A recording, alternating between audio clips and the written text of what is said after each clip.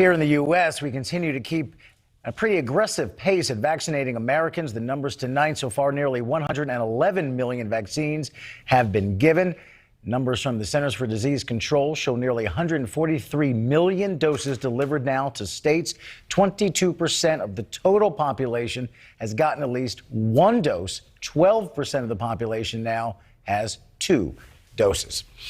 And on top of that, now Moderna is giving the first vaccine to young kids as part of a study to see the effectiveness for ages 6 months to 12 years old. And at the same time, some countries are backing away from using AstraZeneca's vaccine after there have some concerns being raised. We have a deeper look at this issue for you tonight. Ashley Ketz is live in our newsroom with a potential change in how close your child can sit next to other kids at school.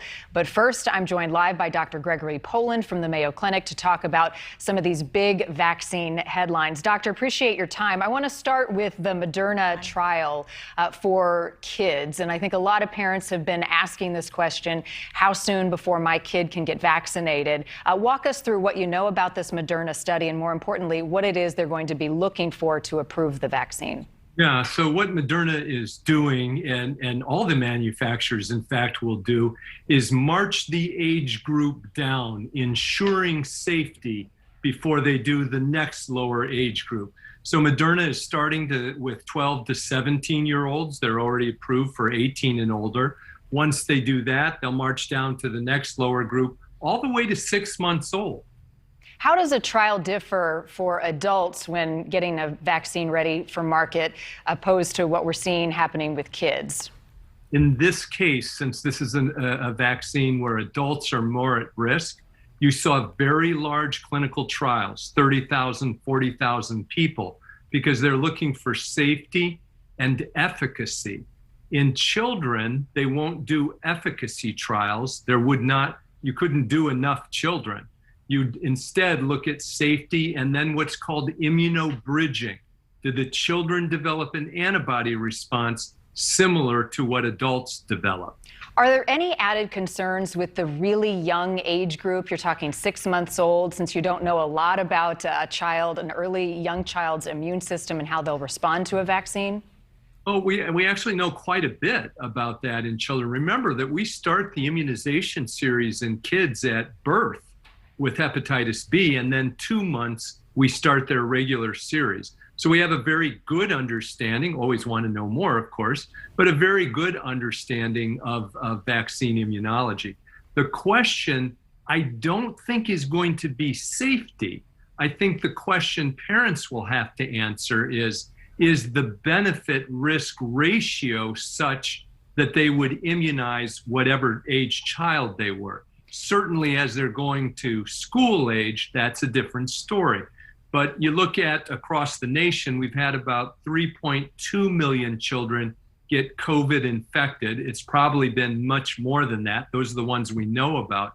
And about 250 children have died of COVID. Well, I guess medically speaking, we make our best decision for our kids, but I usually ask my pediatrician and doctor what I should do, especially with young kids. So what would be your advice?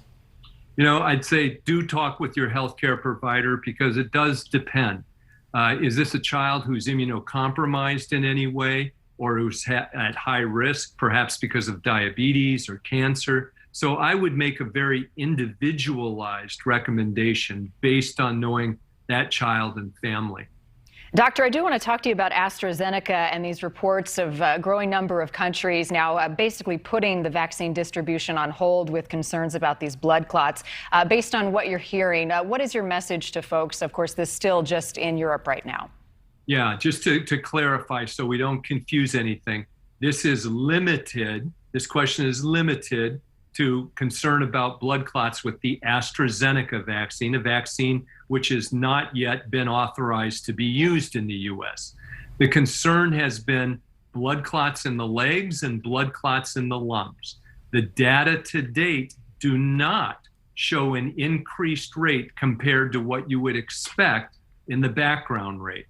A separate question is, what about low platelet counts? And what about a special kind of clot in the brain called a cerebral venous thrombosis? There's a safety signal that's being assessed. We don't know yet but it looks like the rate of that may not be any bigger than the background rate we would expect to see in people who have not been immunized. And final question, doctor, with just a couple seconds left, will what we're learning and basically the AstraZeneca vaccine being put on hold in Europe impact its authorization here in the U.S.? Because I do know the company is looking for that here in America. Yeah, you're right. I believe they're going to come forward in the April timeframe. And absolutely, whatever is learned in other countries will play a role in how that vaccine is assessed here in the U.S. Great information, Dr. Gregory Poland from the Mayo Clinic. We appreciate your time tonight on News Nation. Thank you. Thank you. Rob.